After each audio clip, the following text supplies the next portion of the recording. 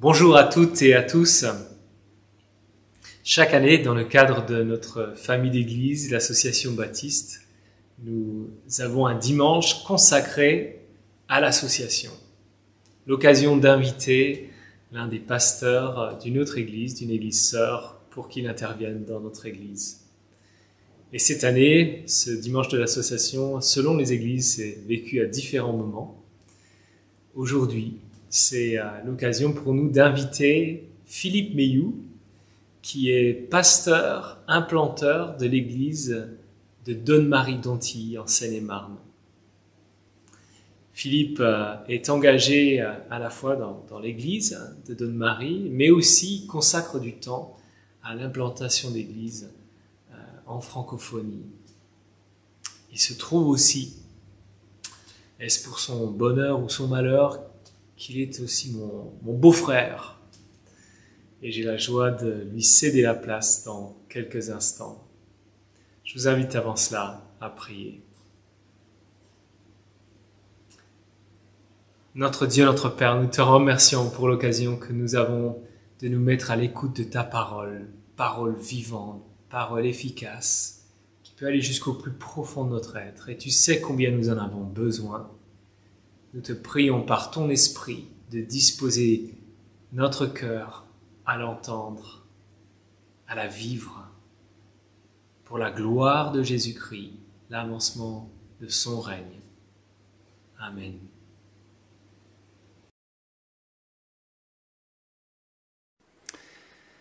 Bonjour à tous, c'est une joie pour moi de pouvoir participer à ce culte et je tiens à vous remercier pour votre invitation. Je regrette de ne pas pouvoir rencontrer tous les membres de l'Église. Je sais que certains vont simplement voir cette vidéo, mais il y aura sans doute d'autres occasions de nous rencontrer à l'avenir.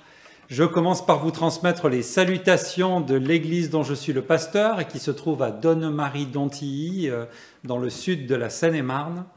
Et puis, je vous transmets aussi les salutations de mon épouse Joanne, qui tient particulièrement à adresser un petit message à son frère Paul Harrison, qui se trouve dans votre église. Et oui, Paul est le petit frère de Joanne, enfin, petit frère, façon de parler, le grand petit frère de Joanne. Et cette connexion familiale nous permet d'avoir régulièrement des nouvelles de votre église et on se réjouit de tout ce qui se passe parmi vous. Vous savez sans doute déjà que cette année est particulière pour notre famille d'église puisque nous fêtons le centenaire de l'association baptiste. Il paraît que tout a commencé en 1921, une discussion sur le banc d'une gare. Et lorsque nous regardons en arrière à ces 100 années que nous avons vécues, nous sommes tellement reconnaissants à Dieu. Nous sommes passés de 0 à 73 églises ou implantations. Mais ce n'est pas tant le nombre d'églises qui nous réjouit, mais de surtout penser au fait que chaque église a permis d'atteindre un nouveau contexte, une nouvelle population. Des personnes ont pu entendre l'évangile et se tourner vers Jésus-Christ et nous louons le Seigneur pour cela. Et cette croissance, cette progression a été possible grâce au travail d'évangélisation qui a été effectué, mais aussi à celui d'implantation d'églises. Et c'est le thème que j'aimerais particulièrement aborder avec vous en vous partageant quelques informations sur ce qui s'est passé dans le sud de la Seine-et-Marne. Et c'est ensuite que nous ouvrirons la parole de Dieu ensemble. Dans le sud 77, l'histoire commence il y a un peu plus d'une cinquantaine d'années. 2 missionnaires qui arrivent et qui implantent une première église à Melun, qui donnera l'église du Mets-sur-Seine, pour ceux qui connaissent. Et c'est cette église qui va ensuite démarrer plusieurs autres communautés, une à Saint-Pierre-les-Nemours, qui malheureusement ne continuera pas, une autre à Montereau, qui donnera l'église de Marolles, une autre à Fontainebleau, qui donnera l'église ensuite de Veneux-les-Sablons, et enfin une autre à Moissy-Cramayel. Donc tout un travail de fond d'implantation, et plus récemment, l'église de Veneux-les-Sablons, avec Joanne et moi-même, nous avons donc démarré la communauté de Donne-Marie-Dontilly qui aujourd'hui réfléchit à la possibilité de commencer un nouveau travail sur la ville de Provins. Donc voilà tout un réseau d'églises qui s'est tissé au fil des années et qui permet l'avancée de l'évangile. On pourrait comparer l'implantation à des plants de fraises. Je ne sais pas s'il y a des jardiniers parmi nous, mais vous savez sans doute que les plants de fraises sont en fait liés entre eux, tel un réseau. Lorsqu'un nouveau plant de fraises apparaît, il y a une petite tige qu'on appelle le stolon, Et alors que le plan se développe et commence à porter du fruit, eh bien ce stolon ne cesse de s'allonger et au-dessus de la terre, il surfe en quelque sorte jusqu'à plonger 20, 30, 40 cm plus loin et cela permettra qu'un nouveau plant de fraises apparaisse. Celui-ci aura peut-être 2 ou 3 stolons qui peuvent être d'ailleurs réorientés par le jardinier. Il peut aussi décider de couper certains stolons pour ne pas trop fatiguer le plant de départ. Voilà, et c'est ainsi que les plants de fraises se développent. Et je trouve que c'est une belle image pour parler de ce que nous cherchons à accomplir en tant qu'Église, que vraiment dans l'ADN de l'Église, il y ait ce principe de reproduction. Nous devons être des églises qui implantent d'autres églises pour l'avancée de l'Évangile et que davantage de vies puissent être transformées. Matthieu m'a aussi dit de ne pas hésiter à vous raconter les circonstances dans lesquelles l'église de Donne-Marie-d'Antilly a commencé. Avec mon épouse, nous sommes arrivés dans la région il y a une douzaine d'années, donc une partie très rurale de l'Île-de-France. Et nous avons constaté qu'à Donne-Marie, dans les environs, la région qu'on appelle le Montois, il y avait de nombreuses familles qui avaient quitté Paris pour s'installer par là, mais il y avait très peu de choses organisées pour les enfants. Donc nous avons commencé par donner des cours d'anglais à la maison, organiser un club d'enfants. Et nous étions très surpris de voir que un bon nombre de familles étaient prêtes à nous laisser les enseigner. Ça a débouché sur un travail parmi les jeunes, puis des études bibliques pour les adultes que nous appelions Café Croissant Bible. Et c'est ainsi que de fil en aiguille, les choses ont pu avancer. Nous avons vu des gens se rapprocher du Seigneur et même se convertir, l'accepter dans leur vie. Et cela a permis, avec l'aide de l'église de Venay-les-Sablons et d'une petite équipe d'implantation qui s'est formée avec quelques chrétiens du coin, ça a permis de lancer une nouvelle communauté. Le premier culte a eu lieu dans une salle que nous a prêtée la mairie. C'était surprenant qu'ils acceptent de le faire. Et puis ensuite, nous avons pu acheter même l'ébénisterie de la ville. Et à chaque étape, nous avons pu bénéficier du réseau de l'association baptiste. Des gens des pasteurs qui viennent pour apporter des prédications, des équipes d'ouvriers qui viennent pour nous aider à aménager nos locaux. Et voilà, les choses ont pu avancer. Cette église maintenant continue à grandir. Dans cet atelier, le souverain artisan continue à travailler des vies par son esprit, par sa parole. Et nous sommes tellement reconnaissants au Seigneur pour cela. Et pendant ces années, nous avions vraiment l'impression de nous trouver sur un terrain qui avait été préparé. Les portes nous semblaient ouvertes à Donne-Marie-d'Antilly alors qu'on avait expérimenté bien plus de difficultés ailleurs. Et j'ai reçu un jour un coup de téléphone qui m'a vraiment surpris. Il s'agissait d'un couple qui d'entrée m'a posé une batterie de questions. Est-il vrai qu'il y a une église à Donne-Marie? Vous dites une vraie église avec des gens qui se rassemblent au culte le dimanche matin et ainsi de suite? Et après avoir répondu à leurs questions, il y a eu un long silence. Et en fait, ils étaient dans l'émotion, ils étaient bouleversés par ce qu'ils venaient d'apprendre, car ils avaient vécu à Donne-Marie des années auparavant. Ils avaient beaucoup prié pour cette ville, mais sans voir les fruits de leur prière. Et maintenant, ils étaient juste émerveillés d'apprendre qu'une communauté avait commencé. Et pour moi, ça a été vraiment une grande leçon de me rendre compte que tout avait été préparé par la prière pendant des années, et c'est la raison pour laquelle les choses s'étaient ensuite si bien passées. Et vous serez sans doute d'accord avec moi pour dire que nous avons tous un rôle à jouer dans l'évangélisation et dans l'implantation d'églises. Et notre premier rôle, c'est de prier. De prier pour le quartier dans lequel nous vivons, pour la ville, pour le village. Le Seigneur peut se servir de ces prières et ça peut conduire à une implantation. Nous pouvons ensuite chercher à être les témoins là où le Seigneur nous a placés. Et nous allons continuer ce matin à réfléchir comme cela au rôle que chacun de nous pouvons jouer. Je vous invite maintenant à nous tourner ensemble vers la parole de Dieu et pour nous rendre compte que ce que nous venons de dire s'inscrit vraiment dans le plan du Seigneur tel qu'il nous est montré dans le Nouveau Testament et plus particulièrement dans le livre des Actes. Et je vous invite à ouvrir vos Bibles au chapitre 11 et notre lecture commencera au verset 19. L'église d'Antioche est la première pour laquelle l'ensemble de ce processus nous est décrit. Une église qui est née, qui a grandi, s'est consolidée et qui a ensuite libéré des ministères pour déclencher d'autres implantations. Antioche est devenue la base arrière pour le premier voyage missionnaire de Paul avec Barnabas et qui a permis de toucher une grande partie de l'Asie mineure. Et c'est vraiment un grand encouragement de pouvoir étudier ce texte. Cela nous incite vraiment à nous investir dans l'avancée de l'Évangile. Donc je ferai maintenant la lecture du texte, donc dans Actes chapitre 11 à partir du verset 19. Ceux qui avaient été dispersés lors de la persécution survenue après la mort d'Étienne allèrent jusqu'en Phénicie, dans l'île de Chypre et à Antioche, mais ils n'annonçaient la parole qu'aux Juifs. Cependant, certains d'entre eux, qui étaient originaires de Chypre et de Cyrène, vinrent à Antioche et s'adressèrent aussi aux non-juifs pour leur annoncer la bonne nouvelle du Seigneur Jésus. La main du Seigneur était avec eux, et un grand nombre de personnes crurent et se tournèrent vers le Seigneur. La nouvelle en parvint aux oreilles des membres de l'église de Jérusalem, et ils envoyèrent Barnabas jusqu'à Antioche. À son arrivée, lorsqu'il vit la grâce de Dieu, il en éprouva de la joie. Il les encourageait tous à rester attachés au Seigneur d'un cœur ferme, car c'était un homme de bien, plein d'Esprit Saint et de foi. Une foule assez nombreuse s'attacha au Seigneur.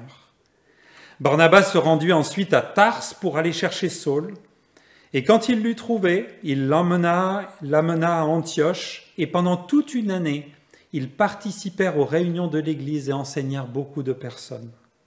C'est à Antioche que pour la première fois, les disciples furent appelés chrétiens. Et nous poursuivrons notre lecture au chapitre 13 à partir du verset 1. Chapitre 13, verset 1. Il y avait dans l'église d'Antioche des prophètes et des enseignants, Barnabas, Siméon, appelé le Noir, Lucius de Cyrène, Manaën, qui avait été élevé avec Hérode le tétrarque, et Saul. Et pendant qu'ils rendaient un culte au Seigneur et qu'ils jeûnaient, le Saint-Esprit dit « Mettez à part Barnabas et Saul pour la tâche à laquelle je les ai appelés. » Alors, après avoir jeûné, prié et posé les mains sur eux, ils les laissèrent partir. Envoyés par le Saint-Esprit, Barnabas et Saul descendirent à Séleucie, d'où ils embarquèrent pour l'île de Chypre. Et nous savons que c'est là le début d'un long voyage missionnaire. De Chypre, ils iront en Asie mineure, à Antioche en Pisidie, ils toucheront les villes de Lystre, d'Iconium, de Derbe. Toute la suite nous est rapportée dans les versets suivants que vous pourrez lire pour vous-même. Il me sera impossible de traiter ce texte dans le détail, mais je vous propose simplement de relever ensemble 4 vérités qui nous encouragent, vous et moi, à nous investir dans l'avancée de l'Évangile. Et je vous donne d'entrée ces 4 vérités que je détaillerai ensuite. La première, c'est que l'Évangile doit être annoncé à tous. La deuxième, que l'Évangile transforme des vies. La troisième, l'Évangile interpelle la cité. Et enfin, 4e, l'Évangile nous incite à implanter. Donc commençons par le premier avec les versets 19 et 20. L'Évangile doit être annoncé à tous. Nous savons que ce récit intervient à un moment clé du déroulement du livre des Actes. Luc est en train de nous raconter comment la puissance du Saint-Esprit, qui est le personnage principal du livre des Actes, a fait des disciples des témoins de Christ, d'abord à Jérusalem, puis en Judée, puis en Samarie, et enfin jusqu'aux extrémités de la terre. Mais on a un petit peu l'impression que cette 4e vitesse a du mal à passer quand on en est à Actes au chapitre 11 et que le concile de Jérusalem d'Acte 15 n'a pas encore eu lieu. Le mouvement vers les extrémités de la terre a bien été amorcé puisque des chrétiens quittent Jérusalem pour se rendre dans différents endroits, mais ils se montrent sélectifs lorsqu'ils partagent la bonne nouvelle avec d'autres. C'est frappant, regardez avec moi le verset qui précède notre texte, donc chapitre 11, verset 18.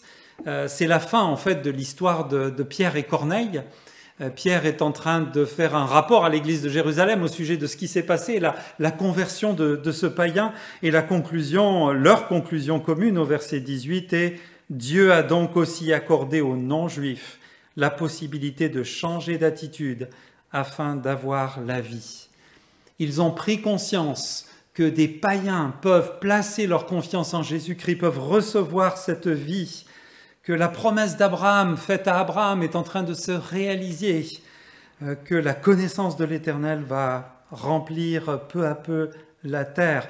On a l'impression qu'ils ont conscience de l'étendue de ce qui va se passer. Et pourtant, regardez au verset suivant ce qui nous est dit, verset 19. « Ceux qui avaient été dispersés lors de la persécution survenue après la mort d'Étienne allèrent jusqu'en Phénicie, un peu plus loin, un peu plus au nord, sur la côte. Certains ont pris le bateau pour l'île de Chypre, d'autres sont allés à Antioche, mais la fin du verset nous dit « Ils n'annonçaient la parole qu'aux Juifs ».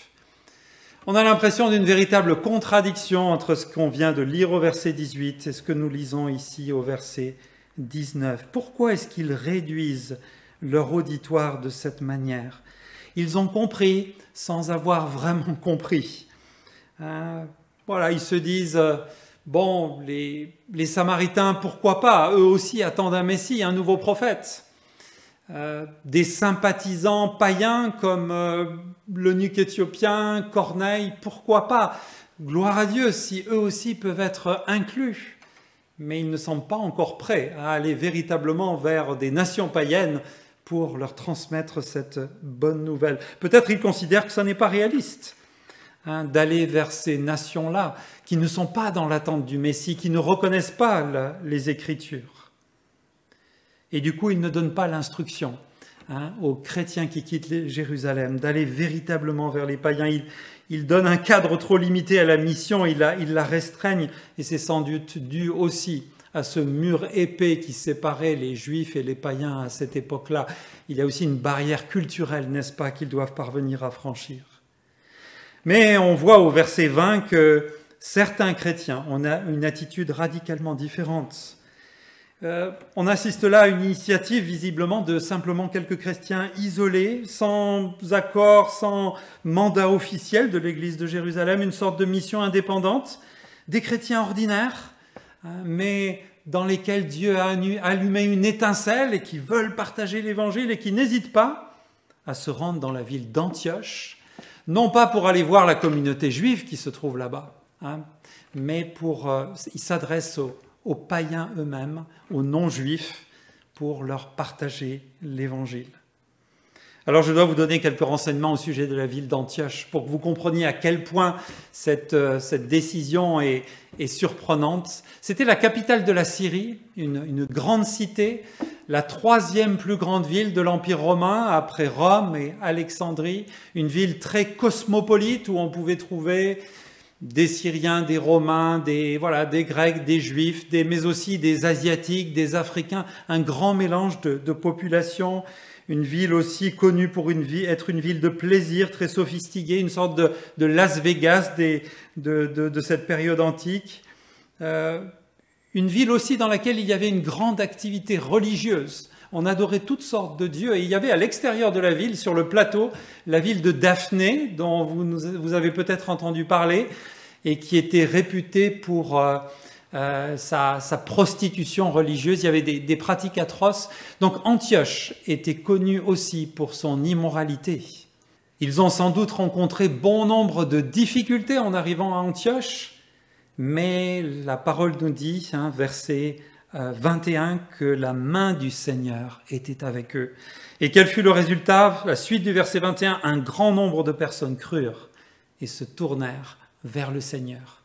La puissance transformatrice de l'Évangile. Et là, parmi ces païens, idolâtres, dépravés, des gens qui se tournent vers le Seigneur et qui reçoivent la vie éternelle. Et remarquez quelle a été ensuite la réaction des responsables à Jérusalem. Le texte nous dit, verset 22, littéralement que la nouvelle a été entendue aux oreilles de l'église de Jérusalem. On a l'impression que Luc veut nous indiquer que lorsque la nouvelle a été rapportée, il a fallu le faire avec insistance. Oui, il y a vraiment des païens qui se sont convertis à Antioche. Sérieux? Oui, ils se sont convertis, ils se sont tournés vers le Seigneur. L'église de Jérusalem décide d'envoyer un émissaire, Barnabas, sur place, un homme de confiance, pour vérifier, pour se rendre compte. Et Barnabas, en arrivant là-bas, ne va pas faire la tête chercheuse de ce qui ne va pas chez ces jeunes convertis qui ne connaissent pas l'Ancien Testament. Non, il voit la grâce de Dieu, nous dit le texte. Ils se rendent compte que la faveur de Dieu a été accordée à ces païens. ils ont vraiment reçu cette nouvelle vie que seul Jésus-Christ peut accorder. Et il se réjouit, nous dit le texte. En même temps, Barnabas était très réaliste concernant le travail qu'il fallait ensuite accomplir. Il va, dans la suite du récit, les enseigner. Je ne m'attarderai pas trop sur ces versets-là, mais d'abord il les exhorte, il les encourage, verset 23, à tous rester attachés au Seigneur d'un cœur ferme. Barnabas était vraiment un homme bien qui était rempli de l'Esprit Saint, verset 24.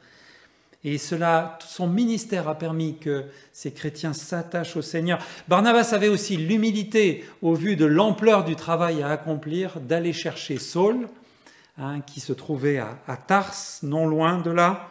Saul qui n'avait pas vu depuis 10 ans, pour pouvoir faire équipe avec lui. Barnabas, un relationnel, Saul, un enseignant plus académique. Et ensemble, ils allaient travailler dans l'église d'Antioche pour ancrer chacun dans l'Évangile. Mais avant d'aller plus loin, j'aimerais soulever la question, est-ce que ce texte ne met pas le doigt sur le principal frein à l'évangélisation et l'implantation d'églises? Le problème n'est-il pas que nous ne sommes pas pleinement convaincus de la puissance transformatrice de l'Évangile capable de changer n'importe quelle vie? Je me demande si parfois nous limitons notre témoignage, si nous nous montrons sélectifs comme l'ont fait ces premiers chrétiens à l'époque. Peut-être nous pensons à un collègue à notre travail qui, on voit que c'est un homme très intègre et qui parle avec gentillesse aux autres. On se dit, ça c'est peut-être quelqu'un qui serait intéressé par la bonne nouvelle. Dieu peut radicalement transformer une vie, quelle qu'elle soit.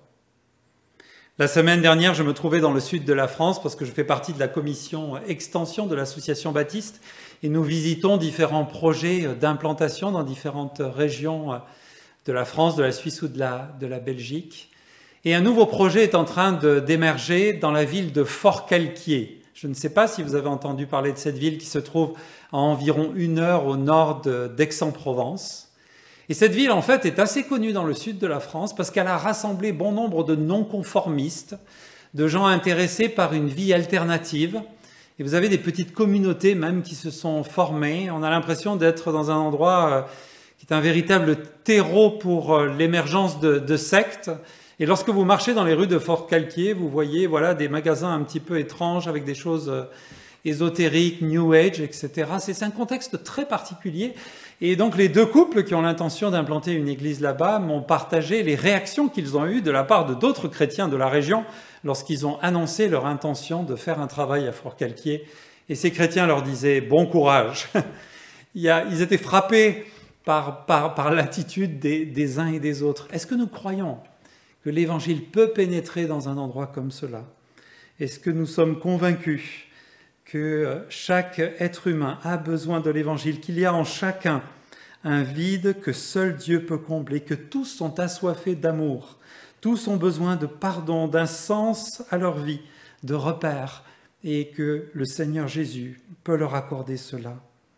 Le but n'est pas ici de mettre un poids sur les épaules des uns et des autres. Je sais que quand nous parlons d'évangélisation, parfois le message peut être un peu culpabilisant. Non, l'important c'est que cette conviction puisse grandir. Nous avons expérimenté ce que l'Évangile peut faire dans une vie. Et nous voulons demander au Seigneur de nous donner cet élan pour aller désormais le transmettre à d'autres, comme l'ont fait les croyants dans la ville d'Antioche. Le texte nous indique que Barnabas et Saul sont restés pendant toute une année dans cette ville pour enseigner systématiquement la parole de Dieu à ces croyants. Et bien sûr, nous en voyons ensuite les fruits. Lorsque des croyants sont au contact de la parole, ils peuvent grandir à l'image de Jésus-Christ et rayonner dans le contexte où Dieu les a placés. Vous savez, ça me fait penser au vélo que j'avais lorsque j'étais jeune. Alors que je terminais le judo tard le soir, je rentrais en vélo à la maison et il faisait nuit. et j'avais des soucis avec la lumière de mon vélo. Cette lumière avant et arrière était connectée à une dynamo et la dynamo devait rester au contact de la roue et malheureusement elle avait tendance à s'en détacher et du coup ma lumière était plutôt une sorte de gyrophare à l'avant de mon vélo. Il fallait voilà, que j'arrange ma dynamo pour qu'elle reste au contact. Eh bien, ce contact avec la parole de Dieu et cette croissance dans l'Évangile permet ensuite à ces croyants de rayonner dans la ville d'Antioche. Et on a un petit indice à ce sujet. La fin du verset 26 nous dit « C'est à Antioche que pour la première fois les disciples furent appelés chrétiens ». Il est très intéressant de voir que ce nom leur est attribué. Ce ne sont pas les croyants eux-mêmes qui ont choisi de s'appeler ainsi. D'ailleurs, un théologien a fait remarquer que jamais des juifs devenus chrétiens auraient osé employer ce terme-là, se considérer comme des petits Christ. Christ signifie Messie.